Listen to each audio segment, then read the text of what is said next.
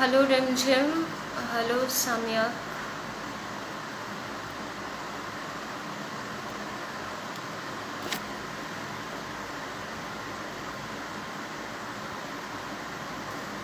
Hello RKS, the warrior, Sadiq Shaikh. Hello Neha Advani.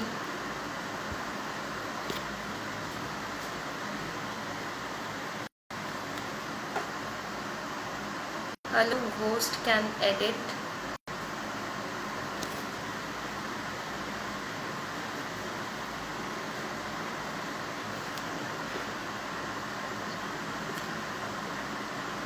I am fine RKS, the warrior.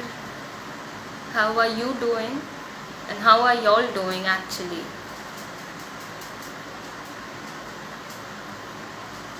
Please ask your friends to join us if they are free right now.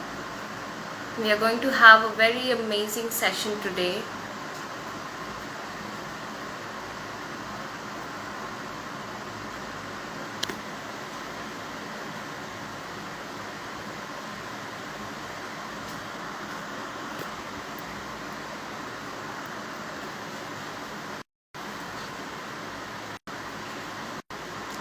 Please ask your friends to join us.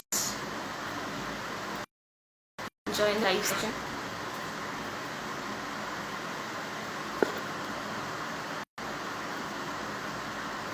I'm fine also. I am also doing social work as you do. It's great that you're doing social work, and I guess everyone should take a little step, take the initiative to do things better, to make things better around you. Whatever you can contribute, however way you can contribute, please take a step, please take the initiative to at least bring a change in our society.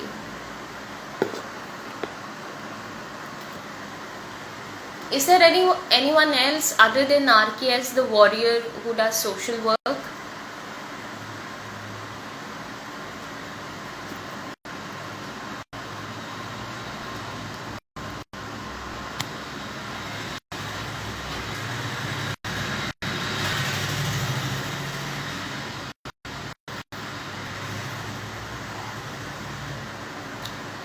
So, okay, Dr. Charan is here.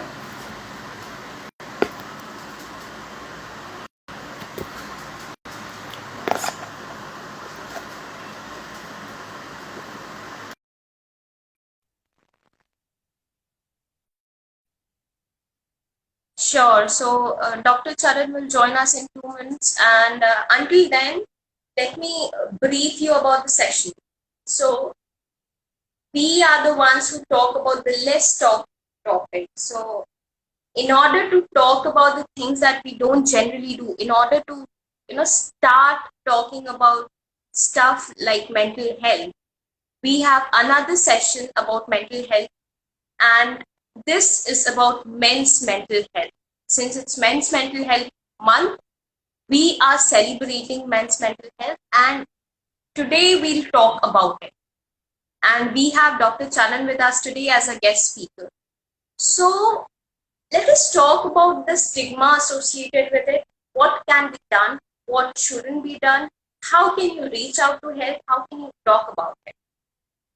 So let me give you a brief intro and a quick figure of how things are right now. Like, we know that men are considered as somebody very macho.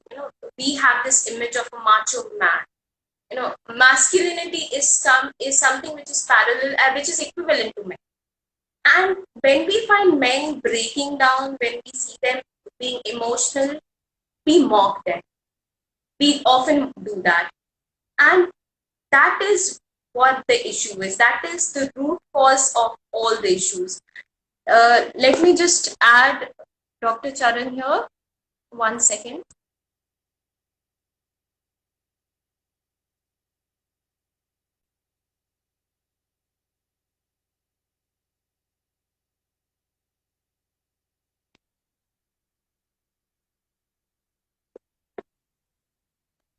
I've sent the request. Let's wait for the doctor to join. So let me continue until then. So men's mental health is something not talked about. We do not talk about it. We actually mock it. Whenever we find somebody going through depression or facing internal issues, they're battling something, then we mock them. We make fun of it. We do not take it seriously. And men find it difficult to open about mental health. They are less likely to talk about it. And men are at higher risk to suicide compared to women. And even then, we do not talk about it. Why, I don't know why Dr. Charan isn't able to join. Okay.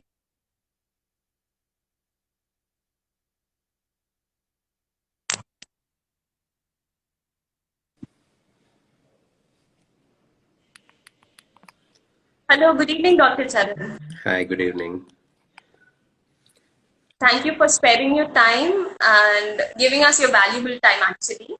Let me just brief it about today's session and let me just give a quick introduction of you as well. Thank you. So, men are less likely to talk about mental health, even though if we go with the facts and figures, we'll find that men are more likely to commit suicide, and they do, compared to women. And in high income countries, according to the report of WHO, as many as men, 3 times as many as men commit suicide compared to women. And despite of this staggering figure, we do not find men talking about it. Men do not reach out for help.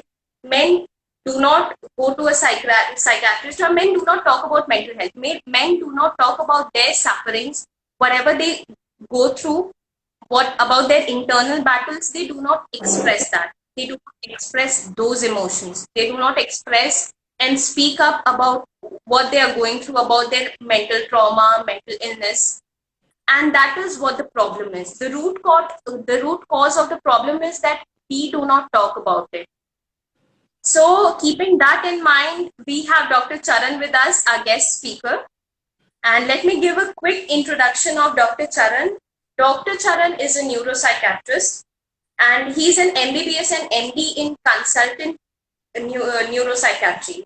Am I right? I hope so. I'm going correct. Yeah, you are. And he is working as an assistant professor right now, and he has been very active in spreading awareness about mental health and busting all the myths associated to it. So we welcome you, Dr. Charan, on behalf of the entire Jazba family. And since we do not have much time, it's a limited period of session. So let's hop on to our question. Sure. Thank you. So here's my first question to you. Like, I have read this, that the issues that men suffer are comparatively different from what women do, what women suffer. So what are actually the symptoms that men go through? There are some slight difference in the symptoms that they face. So what are actually the symptoms that men go through? So, be it mental health or physical health, generally on a broad spectrum, how a disease manifests and how a disease expresses varies depend on many factors. First, one of them is definitely your gender. We see some diseases are more in male gender, some are more in female. It's just by the nature of your genes and how your hormones, because male hormones are different from female hormones, how they how they coordinate with each other. All of that varies between a gender to gender. However, if you look at some of the diseases, the presentation also can be a little different, not just the prevalence of a disease. For example, if I say that schizophrenia is more commonly seen in men, whereas depression is more commonly seen in women, it's understood. It's a black or white, like it's more seen in one gender. But when I'm talking about specifically about on an example, if I'm talking about depression, we have difference of presentation as well. For example, women do present with more of low mood, no interest in doing any activity, no, not able to, crying spells, not able to sleep, etc. Whereas for men, the presentation is very different. They usually present with more physical symptoms, not psychological symptoms. They say that they're having headaches, they're having body pains, they're not able to sleep well. Behavioral symptoms, they come with irritability. Most of the depression, when we think depression, we think that when someone is crying, someone is sad, someone is feeling bad about everything, they're very sensitive, etc. But in men, they're very irritable. Even at the slightest, if you're saying something that which is not what they're expecting, they get very cranky, and sometimes they can be a little abusive and aggressive behavior also. Usually, sometimes it's difficult for doctors to diagnose because someone is very aggressive and maybe becoming a little violent. Our first thing, we don't think of depression. We think of probably other conditions, other maybe bipolar or mood disorders, etc. Then when we start to sit them down and talk to them and get the history, then we'll understand it's depression. So there is definitely a difference in how they express. They either present with behavioral symptoms or irritability, or they present with more of physical symptoms.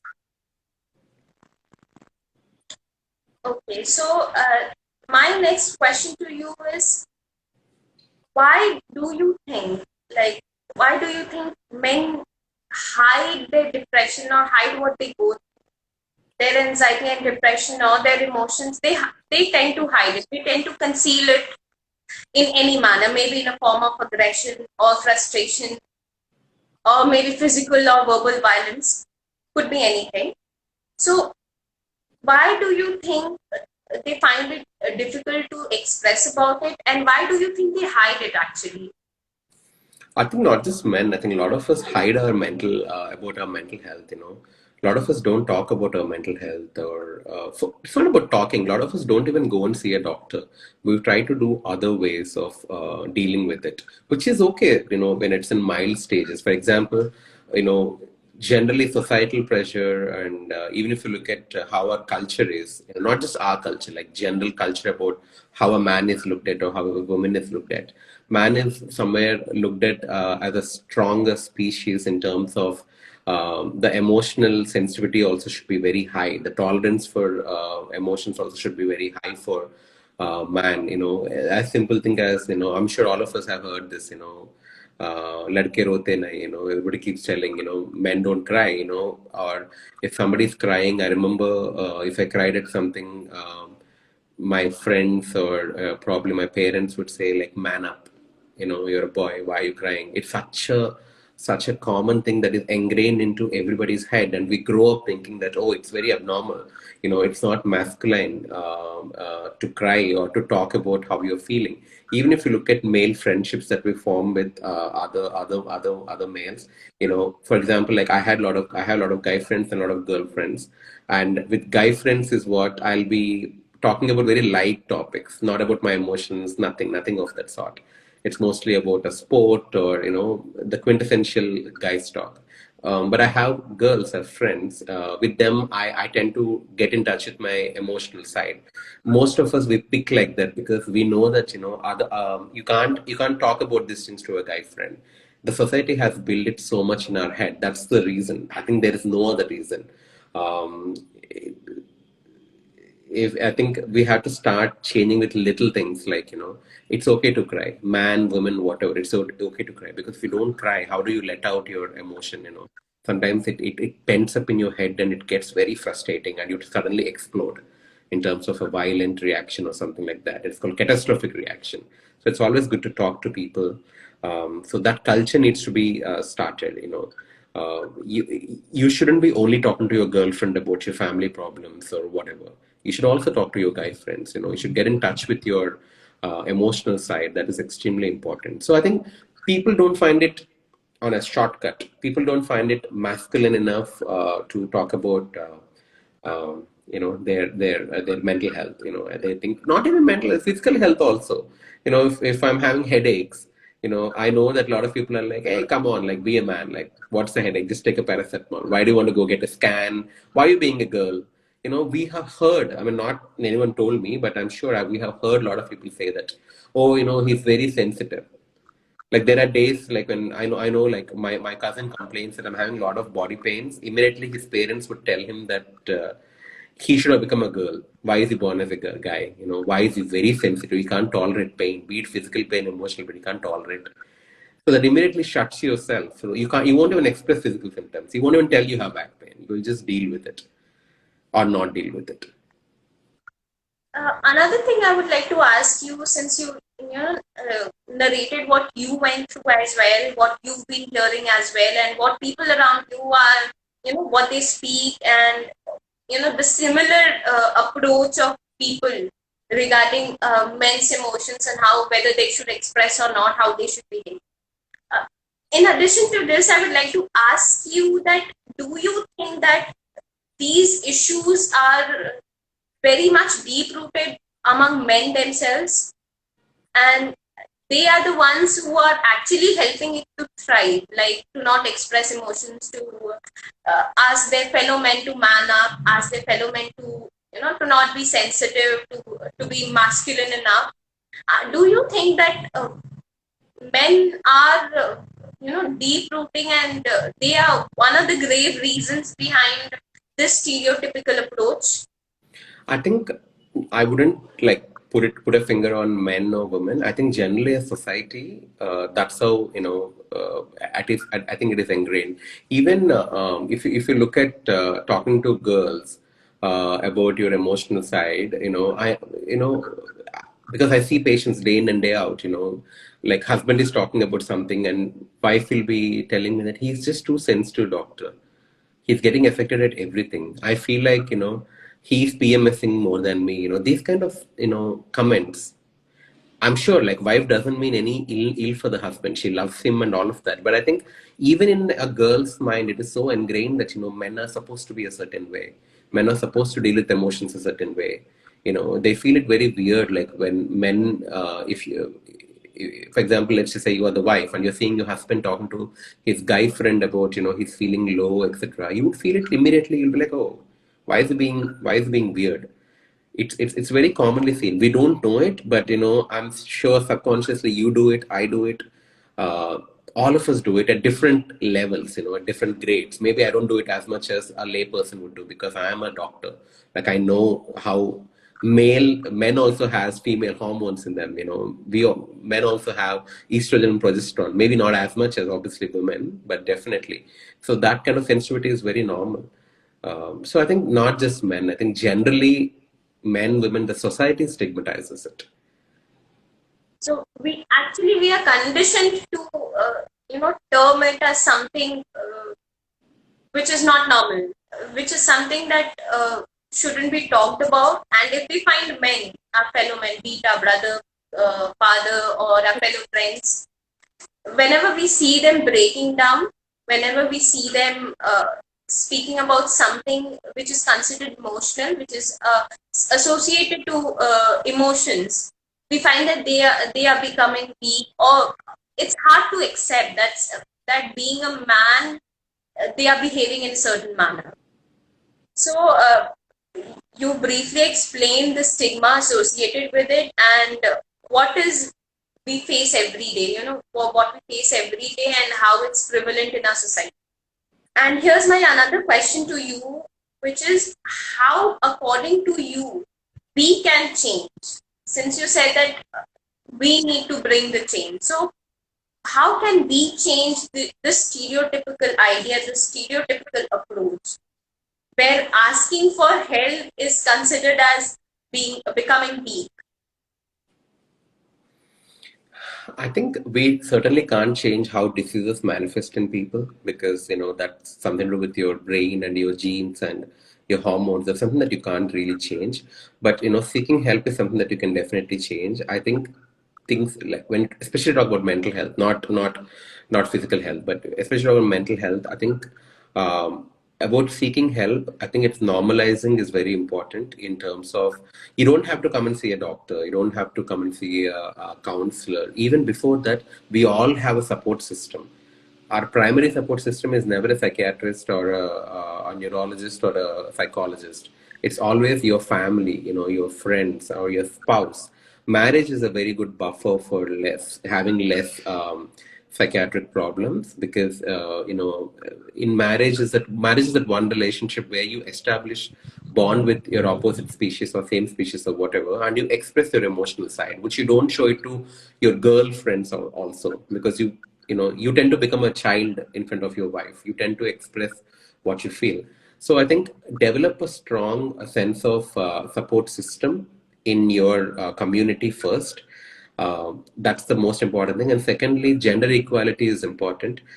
Sometimes what happens is men are burdened with so-called masculinity, so-called term called breadwinner. You're supposed to take care of parents. Have you seen? I'll give you an example of this boy that I saw today morning. It's very fresh memory for me. He's having depression since last 7 years, and today is the first time he saw me.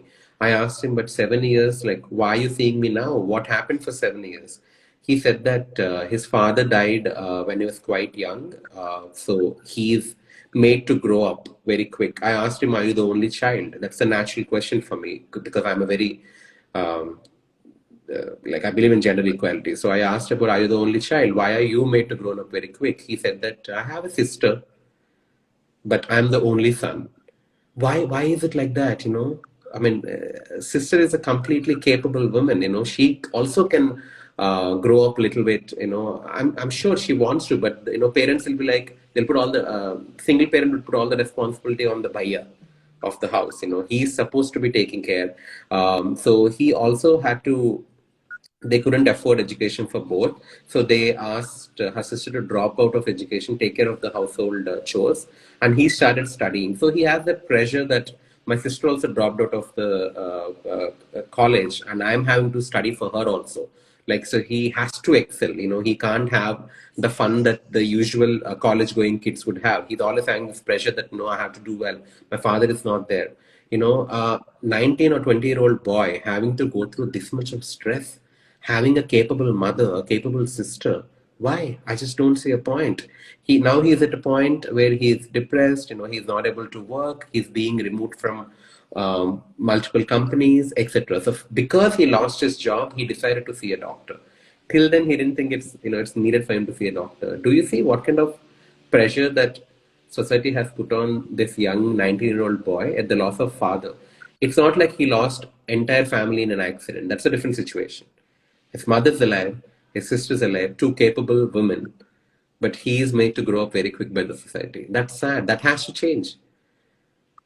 If there is Exactly. if there is a trauma in the family, all of everybody is supposed to share equally. So that's how you collectively you grieve together and you cope up, telling each other that hey, it's not you. We three are there. We are family of four, now we are family of three. One person less, but with three of us are there. That has to be there. So I think developing a strong sense of support system is extremely important for reduction of certain mental health conditions. Not all. Some are genetic, we can't help. Second thing would be seeking help should be definitely normalized. I think a lot of IT companies are also, they do these maternal programs for expecting mother. What about the paternal programs for expecting father? Do you see that in a traditional Indian marriage, I'm talking about, mother has the maternal benefits. What about the father? Because he also has to work twice the normal to probably also take care of the child. So he has a financial burden on the head, and also he has to help his wife out, and probably take care of his parents as well, etc. So there's a lot of burden. So where are the paternal programs? When you talk about gender equality, I think all this also have to be included, at least in the area of health. I think health, employment, education, these three should be gender equal. I think our India, our country will be in like much better place.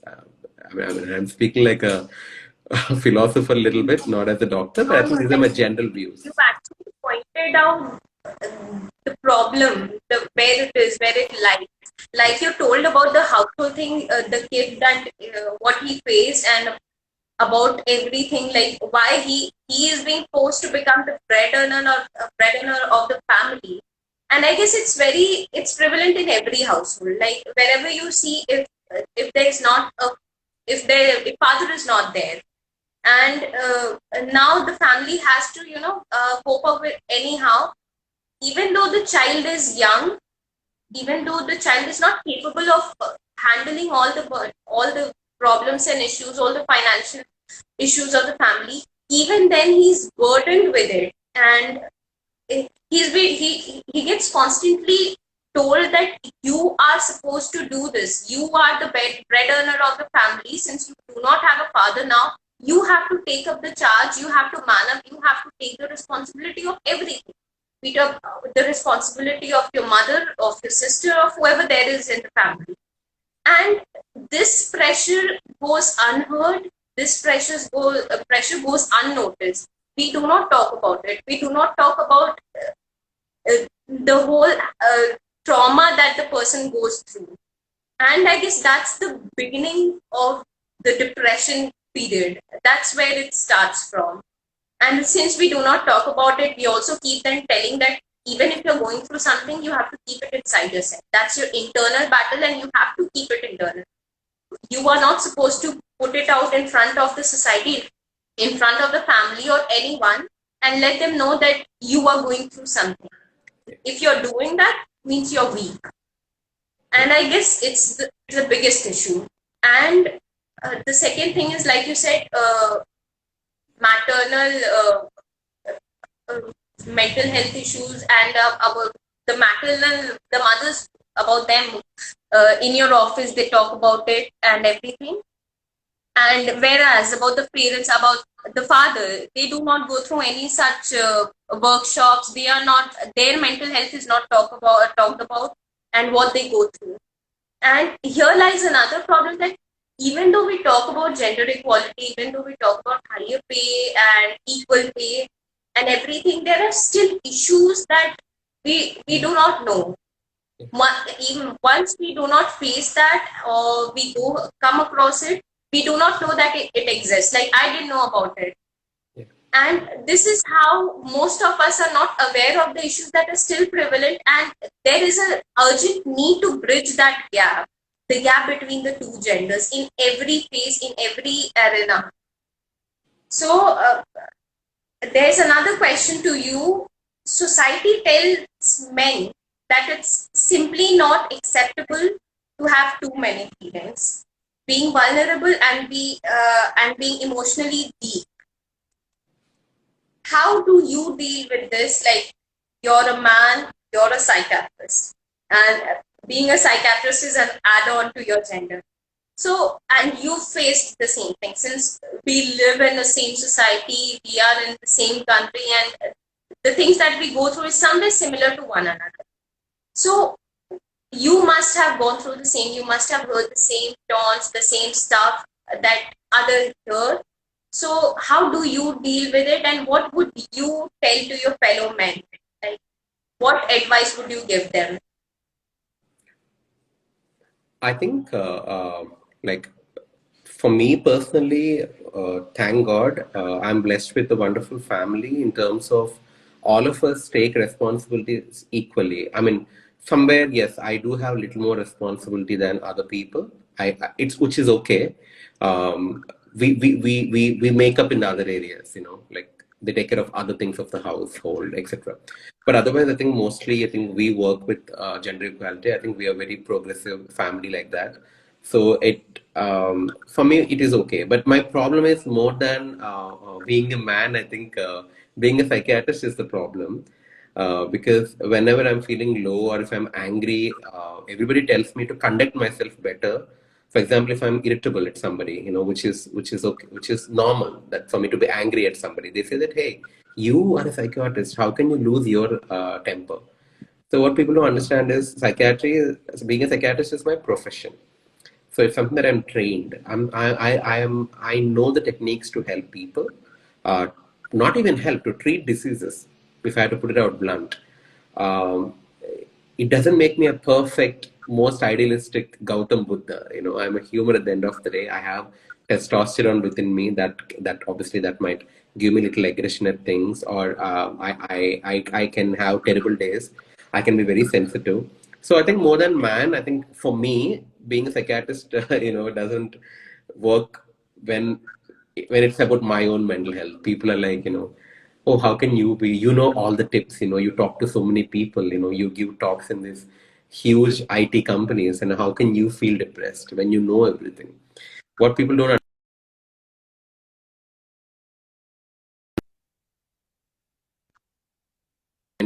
is not in your control all the time. So yeah, that is one thing. One area I want to address today is the simple thing called sexual abuse. I know it's coming out of nowhere, but I think before I forget, if you look at the statistics, men are more sexually abused than women as children. I'm not saying as adults. As children, definitely male sexual abuse is more higher. I think probably because I think it's like nobody would doubt the perpetrator that he's assaulted a male child compared to a female child, or it happens in hostels, it happens in jails, it happens in army base camps, etc. Sexual abuse is very prevalent if you see in men. First of all, sexual abuse is a very sensitive topic. Even women don't talk about it. If your daughter is getting sexually abused, if you know about it, you will hush it. Sometimes it could be your own brother, but I'll probably keep him away from my daughter, but I won't let her speak out or whatever. If it's about male child getting sexually abused, that concept doesn't somehow register in any parent's head. So I think that is one trauma where I think these things need to be addressed. There is nothing for you to feel ashamed. The perpetrator needs to feel ashamed, not the victim here. So yeah, sorry. So yeah, I diverged from the question that you asked, but I thought. Recently, I conducted another session and which was about child sexual abuse. And when I went through the facts and figures, when I researched more on it, I realized that compared to female child, men child are more susceptible to such abuse and they face it a lot. And we are conditioned to believe that a male child or a male person, they cannot go through sexual abuse. Yeah. It's only for women and it happens only with women. And this is how we normalize it. This is a way to normalize what they go through. We do not acknowledge it and we dread talking about it. The very first thing is we dread talking about any kind of sexual abuse, be it about female or male. We do not talk about it. And when it comes to men, it's higher. The rate is higher because since we do not talk about it, since we do not acknowledge that they can go through the same, Yeah. then the cases, the cases tend to conceal themselves. If a male child goes through a sexual abuse, he won't even speak out to his parents because he know what they might not even understand, or they might not even take him serious, or even if they do that, they'll ask him to hush himself. Yeah. And those childhood traumas last long. Yeah. For a longer period of time, and they result in prolonged depression and anxiety. So, like, if you wish to, you can give a brief insight about this topic as well. Sorry. I said, if you wish to, you can give a brief insight on this topic as well, since it's closely associated to the same. I mean, I think trauma is something that I think a lot of us go through in different forms. It could be verbal abuse, physical abuse, sexual abuse, or just emotional abuse. Sometimes it's not even abuse, it's neglect. People never speak about neglect. For example, let's just say I'm beating up my child. That is physical abuse. People talk about it because there are signs of struggle. There are scars on the body, so people get to know. Another thing is I'm not taking care of my child at all. I'm not giving emotional comfort, nothing I'm giving. I have neglected my child, and child is just being alone and just growing up alone. That is equal to abuse. Neglect is also equal to abuse. So that no one talks about because there are no scars on the baby's body, nothing. Both of them, both abuse and neglect, both will have their own set of externalizing and internalizing diseases in children, and also they continue into adulthood. So I think any trauma needs to be addressed and taken care of. Prevention of trauma is the best thing, but if you can't prevent, at least address and get that treated. For sure, that will help. So, one question I would like to ask you is that when men, come realize that they are going through something, they are suffering, or maybe there's something associated with them mental health. They might be, suffering from depression or something of that sort. And when they realize that I need a treatment, I need somebody who can guide me, and somebody, I need to, approach somebody, I need to reach out to someone. What is the first step they should take? How to decide which psychiatrist to go to, which counselor to go to, and the further process? I think first of all, it's not a I think we make mental health to be such a big thing, in terms of, it's a brave step, bold step, it's a major step, it's nothing. You know, you are the best person to tell that if you're not feeling good. No one else will know around. People will get to know a little later when it's getting severe. You listen to your body, you listen to your brain. For example, when you have a headache. Every day you're having a headache. Once in a while you have a headache, you don't go to a doctor. But your headache is getting more severe in terms of intensity and frequency.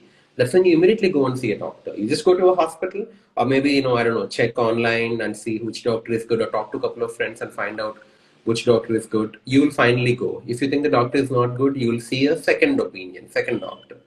I think mental health is exactly same. Let's just say that, I'm waking up every day and I'm not feeling rested. I'm not sleeping well. Morning when I wake up, I'm feeling very tired. I'm not having interest in doing work. Sometimes, I'm not feeling like eating anything. My mood is very low. You know it. You know the change because yesterday's day is not same as today. And immediately you'll be like, oh, something is wrong today. One day it's okay, just like occasional headache. But if you think it's happening too often, that's when you're like, "Arey, something is wrong with me. I'm not feeling well. Let me go and see a doctor." Always, what you tend to do is you tend to go, talk to your friends, and they give you like, "Come on, let's go have a smoke, or let's go watch a movie, or let's party tonight, or something like that. That won't help. Or somebody will say, don't go to a doctor, just go and join yoga class or something like that. They might join yoga class. Also, men don't do yoga, by the way, because men think it's very feminine to do yoga. They only like to lift weights.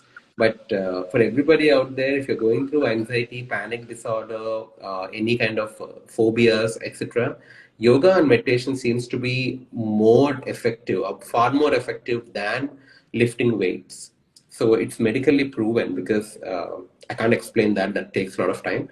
But yes, when you see a number of people attending yoga classes, number of people going for painting classes, you see any creative aspects, you see more women in it. For example, I'm an artist, I paint a lot, and painting helps me a lot. Like whenever I'm having a rough day, or I had a terrible week in the hospital, I saw so many patients' death that affects me mentally. That weekend I sit and paint. Sometimes I enroll into classes for motivation. I see 100 participants, and like 95 of them are women. Maybe 3 or 4 are men. In that, most of them are kids. I'm the only older male most of the time in these painting classes. So I just don't see the how the gender roles are so strong in our society that probably you'll see a man going and playing a basketball, maybe not painting. you know so it's I think it's very weird. Also, if you see a girl playing a basketball, people think, oh, it's so cool, like she's very cool. If a girl is Yeah, driving a motorbike, they think that, oh, she's so cool. But if you see a guy driving like a pink scooty, or guy, I don't know, like doing this, they'll be like, oh, he's very effeminate or something like that. So I we think, are quick to mock them. yeah. People mock, or people at least like judge them. If not mock, at least they'll judge them. So I think people should take themselves little not so seriously, and just explore everything about you and see what you like, what you don't like in terms of your hobbies, interests, taste, sexuality, everything. I think that's a complete man, or that's a complete human being, according to me. Yeah. Okay, so the next question is one thing that I would like to ask you. That's another question I'm just bringing up randomly. During the mild period, the mild stage of mental health issues, what what can be done when you're not over, when you're not ready to reach out to a psychiatrist, when you want to treat it yourself? What are the ways of the treatment? What are the ways through which they can treat themselves, they can cure themselves? I think mild also, it's better to see a psychiatrist because most of the time for mild conditions we don't give medicines. We tell them some lifestyle management techniques. Also, we assess their blood test. Sometimes we see men also come with thyroid hypothyroidism, which will present as mild depression unless they see a doctor. Unless we get their thyroid levels done, we don't know it is because of thyroid hormone.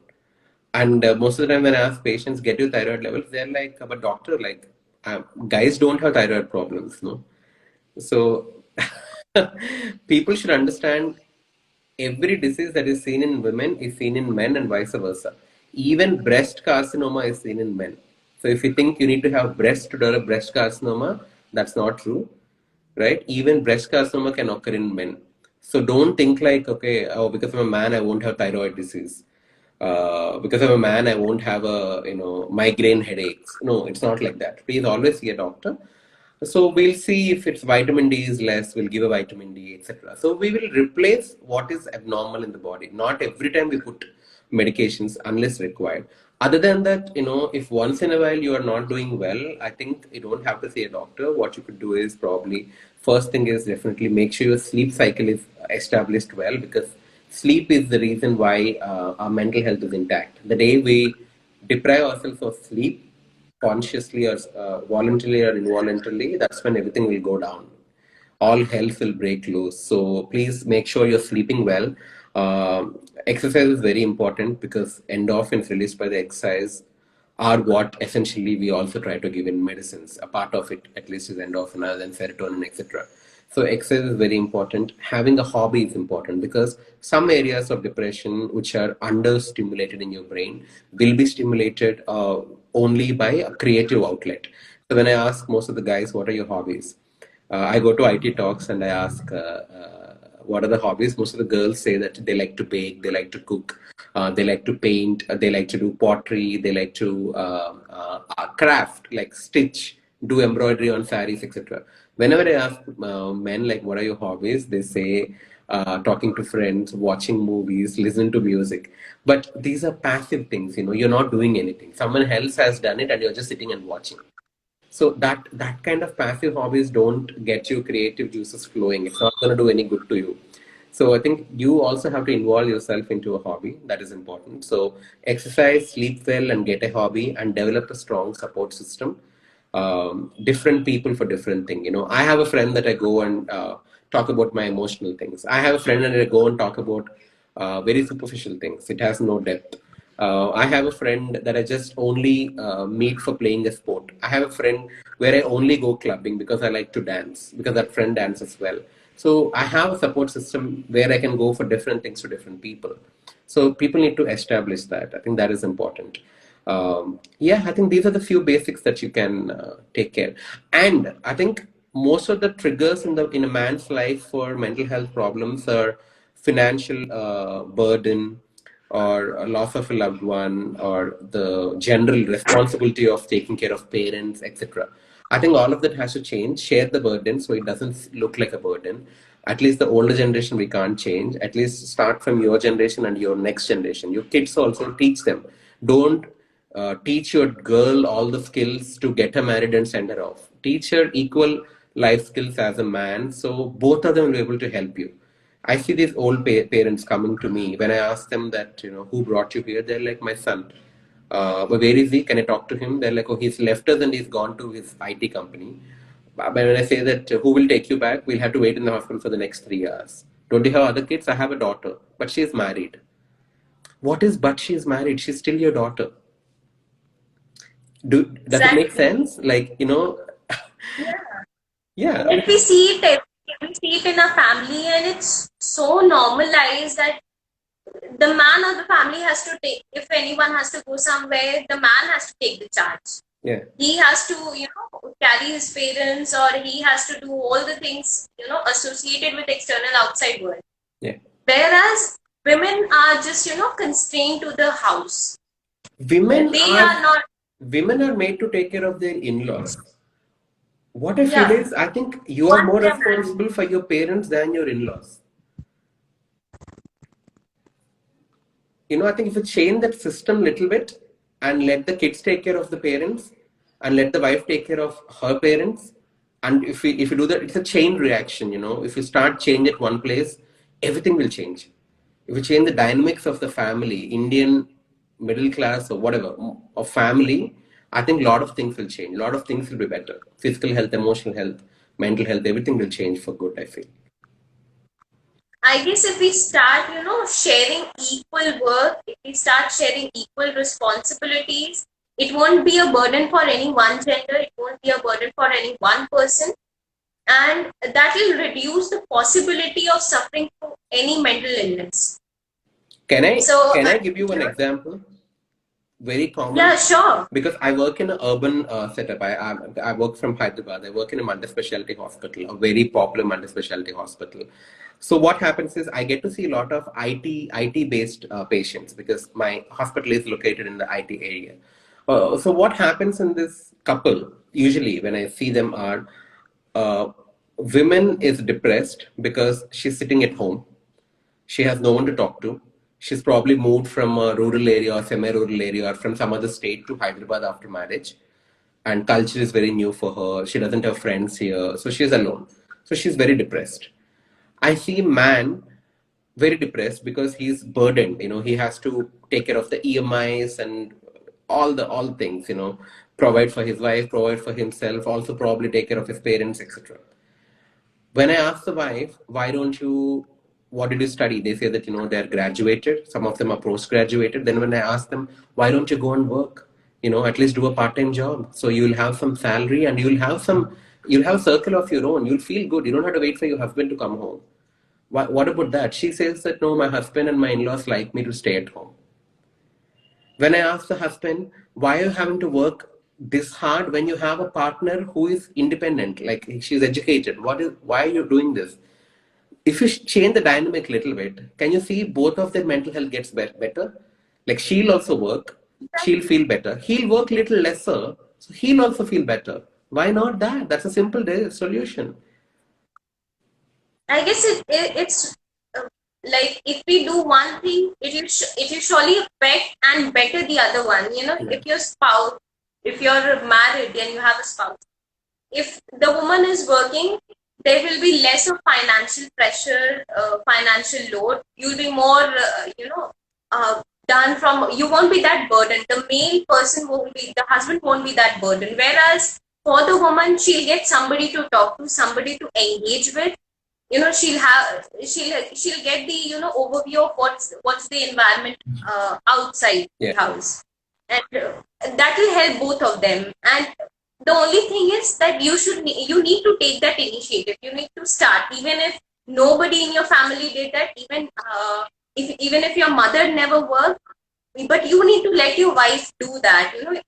Since you're in a partnership, and that partnership needs to continue in every phase of life. It's an equal partnership. Exactly. So, with this, we come to our very last question. What are the 5 steps of mental care that you would suggest to your fellow men? Like, who are in trouble, who are fighting with themselves, who have their internal battles. What are those 5 steps of mental care you would suggest? I'll tell you what are the 5 things of a not. I'll tell you the exactly opposite. I think that will resonate with a lot of men. What Uh, people do? Treatment of depression isn't alcohol. Treatment of anxiety isn't smoking. Treatment of emotional commitment or commitment phobia isn't having casual sex or breaking someone else's heart or playing a woman. Um, Masculinity, treatment of being masculine isn't about not being vulnerable, that you shouldn't cry or you shouldn't this thing. And uh, protecting women is not about taking control. It's about giving control of their own life, not your life also, their own life, and you take control of your own life. I think these things need to be changed. I think that will take care of a lot of things, because substance use is one of the highest reason why we see a lot of anxiety and depression in men. Because have you seen a proper pattern in our community? I'm a good observer. I generally observe things, like not because I'm a psychiatrist, but generally as a child also I was very observant of things around. I used to notice everything, what is wrong with the society or what is right with the society, etc. I'm no moral police. I'm not the perfect person to tell what is right, wrong. My idea of right and wrong. When I see three, four girls, like one of them is going through a breakup in college. Like I have friends, right? Immediately, all the girls will come and they talk to her. They talk out the problem. They're like, "What happened? Talk to me. You know, I'm there to listen." They all try to cheer her up. So somewhere she's getting a little bit of therapy, you know, maybe not a professional therapy, but somewhere she's getting that support. The same man, the counterpart, you know, who is going through the same breakup, you see him and his friends smoking together. They don't talk. None of them talk. They just smoke together, and they will like, you know, girls are like this, you know. They just give one sentences. So other person don't even know that what happened to him.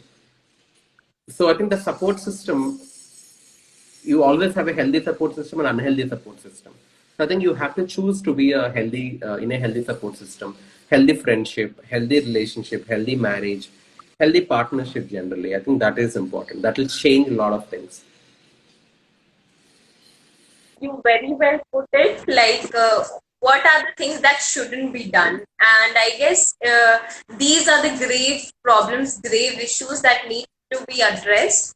And thank you so much, Dr. Charan, for your valuable time. We were honored to have you here, and we had a very fantastic session. And you overviewed and, in brief, explained what we go through every day, what men go through, and how they can overcome this, and how talking about it is the very basic step that we can take as a society, as an individual. Thank you so much for your time. Thank you, thank you. You guys are doing great job and continue doing this because we need mental health Thank, awareness right now. Take care. Stay safe. thank you so much. Bye. Bye.